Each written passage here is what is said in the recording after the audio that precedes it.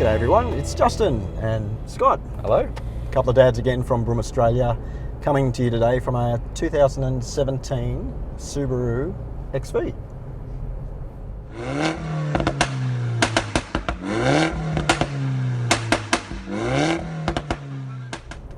Now mate, we've got a special guest reporter today in the back as well. We've got little Sam, so hello Sam. Hi Sam.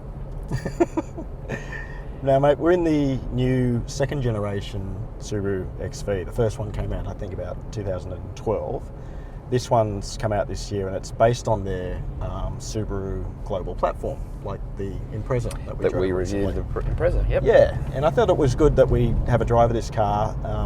Absolutely, yeah. And I knew a few people that own these, the first generation, and absolutely love them. I think they really targeted sort of a bit of a youthful market, maybe young families. They sort of had a bit of an edgier look to them back in, 2012? 2012, yeah. And I think at that time it was a bit of ahead of its time too, wasn't it? I mean, it's a smallish SUV and there wasn't an awful lot of competitors around at that time, was there? So mate, the one we're in today is the there's four models. There's a base 2-litre I, which is a 27,990 car. This one today is the 2-litre IL, which is 3340. It's a step above. Then comes the 2-litre IP, I think for premium, which is 32,140, and that above this car comes with a sunroof and navigation. Okay. And then there's the 2-litre IS, which is the top of the range one, 35,240. They all come with the same drivetrain. They come with the 2-litre 4-cylinder boxer engine, which is the same as Impreza. 115 kilowatts, 6,000 RPM, 196 newton meters of torque at 4,000 RPM. All come with a CVT auto, so no manual available. And they all come with symmetrical all-wheel drive. So, what do you think? How do you think she's going at the moment? Well, first impressions, I suppose outside, looks good. Seems to ride really high. So interested to chat about that, but it looks like this is actually a more a proper four-wheel drive. So a lot of the contenders in this market are probably pretenders, not contenders. So yes. They're absolutely soft, very soft. Yeah, you wouldn't probably take them off-road. Yeah, no, you're right. This one sits up high. It already looks like it's got the pedigree to be a proper four-wheel drive. It does have some off-road ability, this one, because there's a lot of bits that they've actually transferred down from the Forester, which is pretty capable off-road too. Like it's got the new X mode here, which combines all the electronic, the things like hill descent and throttle and all that kind of stuff to make sure that you don't fall off the road if you're going down a hill or something when it's off-road, so you're not locking up and have no steering, which is good. And yeah, the ground clearance is pretty high on this thing, so I guess for somebody who likes their outdoor activities, yeah, this one's got it ahead of a lot of other cars, I think. Yep. Yeah. So once we get into the cabin, very impressed actually.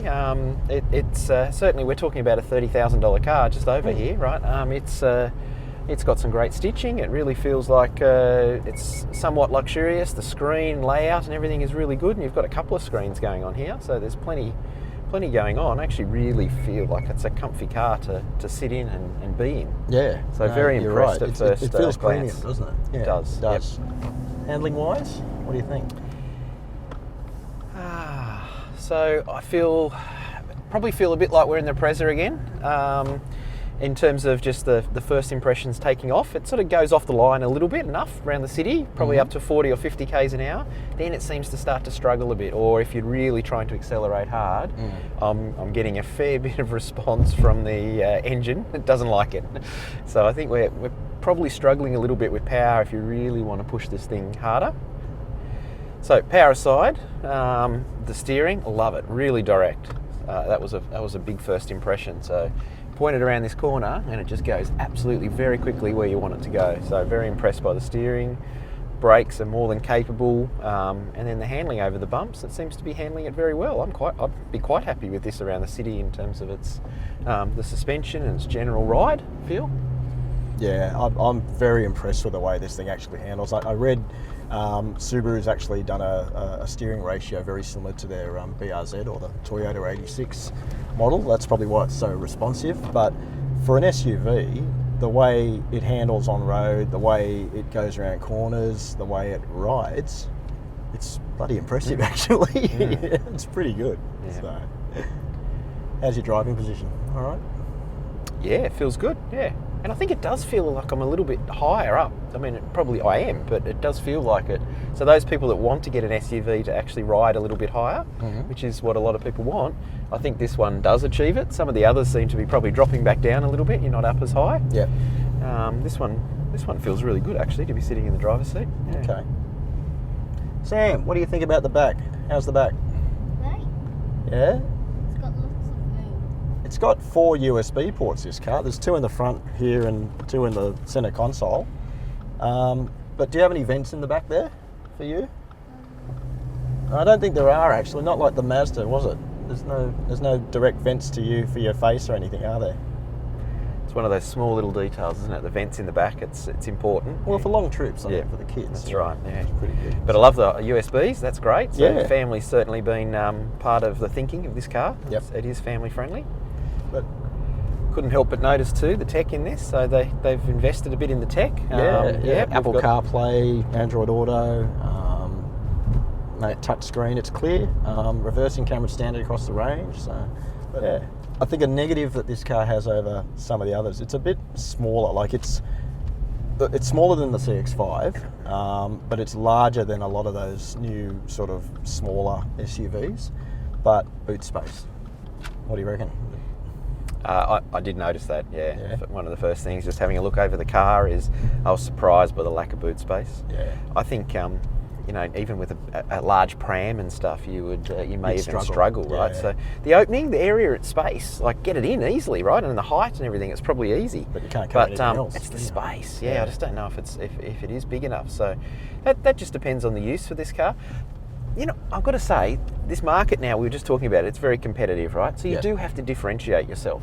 Yeah. You can't just build something that's going to suit everyone. Yeah, it's true. So I suppose what we're doing is not trying to criticise all those, but just point out if boot space is a your priority for you. priority, Yeah. this is going to struggle on that. Yeah. But if you want something that's a bit more active, Yeah, to go and off-road. do the weekend thing, and you're a bit more active lifestyle on the weekends, well, this one is going to stand out amongst others. Yeah, So yeah. I commend Subaru on having a goal, what they're trying to achieve in this market. Yeah, no, I agree with you. The other thing too, I mean, the safety features in this car, I think are really good. I mean, I'm getting more and more impressed every Subaru I drive with this eyesight system that they've got. Like it's a stereo camera setup, and it's very unobtrusive. Like, I drove it on the freeway yesterday. Active cruise control worked really, really well. I mean, even lane departure warning on the thing, not that intrusive, but it just makes you aware. It's got brake light.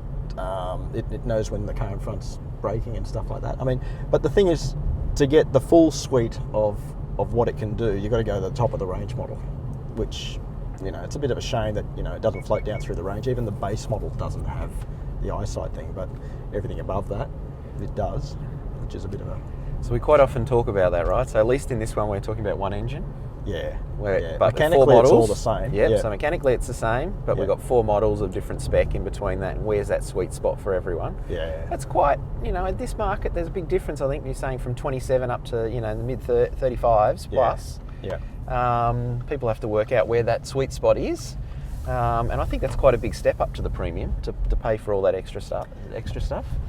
You know what? I would though. Like, you're getting more safety features in it, and like the things like what I unfortunately would probably take for granted in a few other cars: auto headlights, auto wipers, LED lights, and all that. You only get that in the top of the range one. So, I reckon if you can afford it, go for the top of the range one. I reckon. Yeah, okay. Yeah. Yeah, I'm thinking just thinking about it, I think the sweet spot potentially for me in this car is probably this model. You reckon? Keeping it down at the 30k mark, and using Apple CarPlay for the navigation. Yeah. And because then you've got all the fun. You've got the same engine. You've got all the same really big costs included in that, and use this car for what it's really good for. Yeah. Yeah. I don't know. I disagree with you. I like my toys. Yep. So I reckon you should go for the top of the range one if you can afford it. But you're right. I mean, if you're on a budget, yeah, there's nothing wrong with this one. Yes, there is.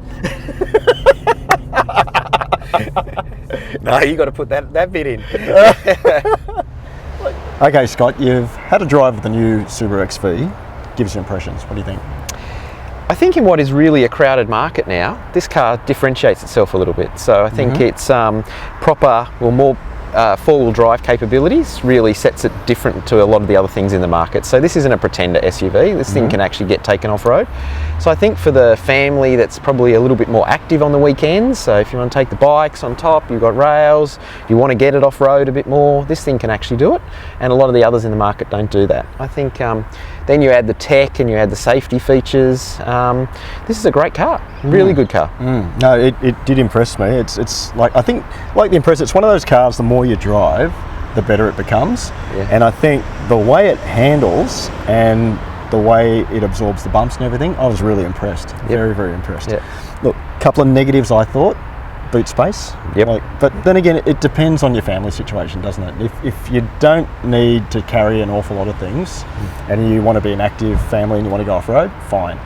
But, you know, for everyday stuff, like you said, pram, you might struggle putting one in the back and carrying some other stuff in the car.